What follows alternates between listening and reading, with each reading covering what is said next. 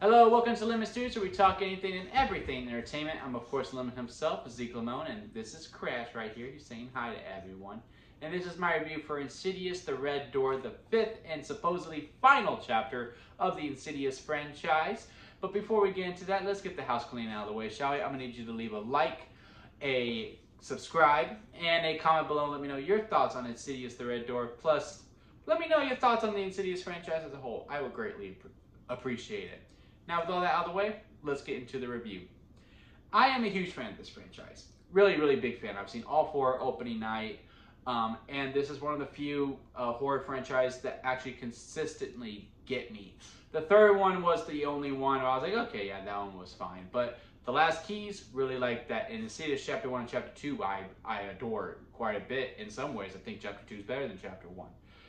Now we get into The Red Door, which goes back to the family of the first two, which just really perked my interest. And also, this one's directed by Patrick Wilson as well, which I was also, very interested in seeing, because I think he's a great performer, and I think he can bring that, he can bring something really valuable to directing.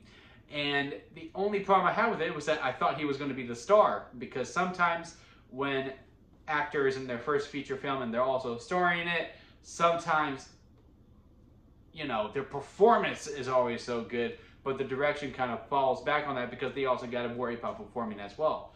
But what's so good about this, and also with just narratively with how this trilogy is, because this is, to me, a very solid trilogy if you take Chapter 3 and The Last Keys out, which is kind of weird that now they titled Chapter 3, but hey, no one knew where this was going at first, right? Is that the first movie was mainly focused on the mom. It was really the mom's story. Dalton was in the coma, yeah, sure, he was the one that we wanted to bring back, but it was really the mom's movie at the end of the day, with Patrick Wilson kind of, a good supporting role. For me, for the most part. It kind of becomes his movie towards the end, but the character we're mainly following in Chapter 1 is the mom. Chapter 2 then is kind of more Patrick Wilson's movie, because it's his battle, getting out of that that possession that he is in, that he suffers at the end of Chapter 1. And here in Chapter 3, well, The Red Door, this is Dalton's movie, and Patrick Wilson is back to that supporting role, which really helps him flex his directing skills, because he's really more to cave in and craft in on those scenes as well. And to me, it helps. It just helps the movie overall that Dalton is the main character of this movie, because of what happened before. Narratively, it makes sense, and also it just helps Patrick Wilson focusing on the direction. Now, is this by any means a perfect movie? No. There are some problems with it, and that comes into just what to keep in and what to cut out. There were some lines in here that felt a little spoon-fed to me. Like, brief synopsis of the story is that they wipe the memory again, like the mom did to Patrick Wilson's character Josh at the beginning of Chapter 1, where hey, if it never happened, it can't hurt us, right? If we just act like nothing happened. And then something tragic happens within the 9 years later time jump from Chapter 2 that makes them start to experience these things again. And within that time period, some relationships change between the family, and you get it, like, from the get-go. You get, like, okay, this is what happened, and this is the scenario. And then later on, they're like, yeah, and this is why this and that and why these people over here and all. And it's just like, you didn't need to do that. I figured all of that out in the first scene with some different dialogue. You didn't need to re-explain that. And also at the end, when you're supposed to make it clear, I'm like, hey, here's the lesson you're supposed to learn at the end of the movie. They literally just spell it out, and I'm just like, I feel like the audience would have got that. So that's really the only true problem I have with the movie, is that sometimes within the screenwriting, is just, it feels very spoon heavily, where I just really feel like everyone should have got together like, hey, I don't think we need that line. I trust the audience enough that they would get it after this scenario. And I also trust the audience, like after an hour and a half or however long this movie felt fast. I really don't know how long it was, but it felt like a 90-minute film. After taking them on this ride, I feel like they get like, this is the lesson I'm trying to teach them. We don't need to spell it out in the end. That is a problem with me. And also there is one scene in this movie between Dalton and his roommate slash best friend that he meets in college. And she's great, by the way. She's a real scene stealer. She's probably going to be the standout where everyone truly remembers. And you know, she learns about, you know, Dalton's abilities as Dalton relearns his abilities as well. And at first she's like so all for it and super cool, also doing some studying with it. And then, you know, shit gets real, right? And obviously that's going to cause a shift in how she's going to think about it.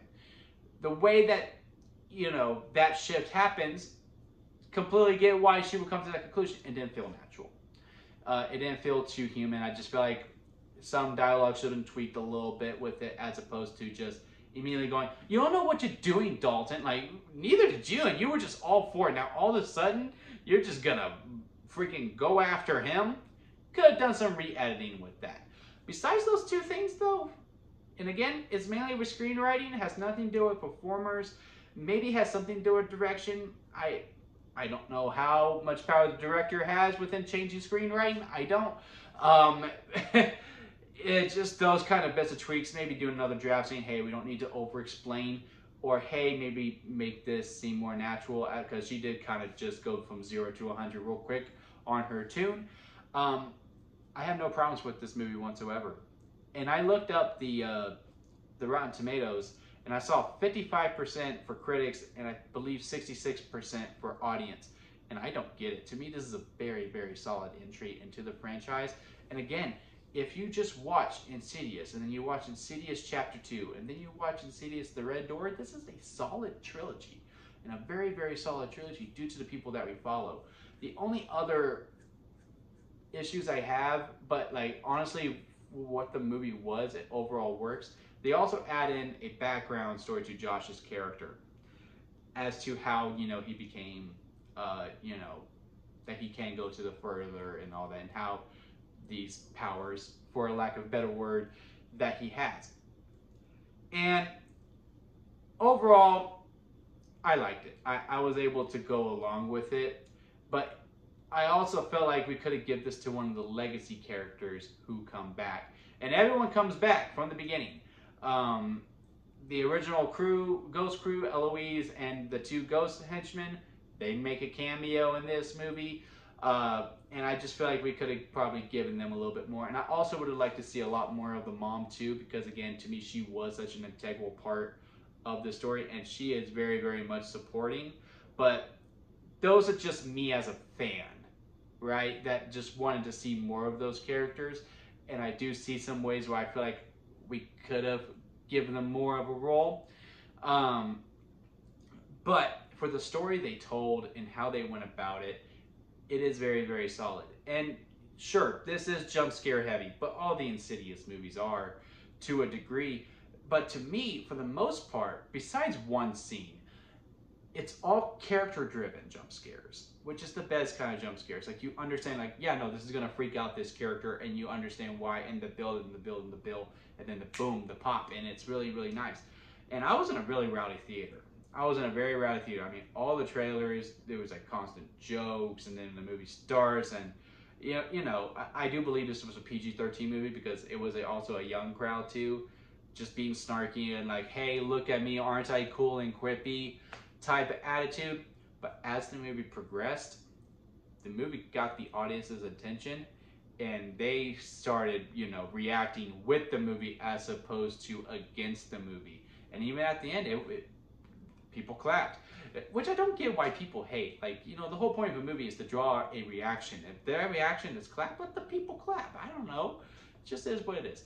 Nitpick after nitpick with the discourse with that conversation. But yeah, overall, Insidious, The Red Door is a solid entry into the franchise. I do highly recommend seeing it in the theater if you are a fan of the franchise. If you're not, if you're one of the people that's like, look, it's just too jump scary for me. I can understand why you think it's character driven, but to me, I don't like a lot of jump scares. I like to have a bare minimum. Then yeah, maybe this one ain't for you. Wait for it to come out on streaming if you were interested in it. If I had to rank it on the lemon scale where it goes sour lemon, expired store-bought lemonade, store-bought lemonade, lemonade, freshly squeezed lemonade, and a strawberry lemonade, it's right in between lemonade and freshly squeezed lemonade. I being somewhat fresh out of it and still being fresh in my mind, I'm gonna give it the freshly squeezed lemonade. But with the issues that I have presented to you, it might be a lemonade by the end of the day, but still damn good lemonade. Very, very good lemonade.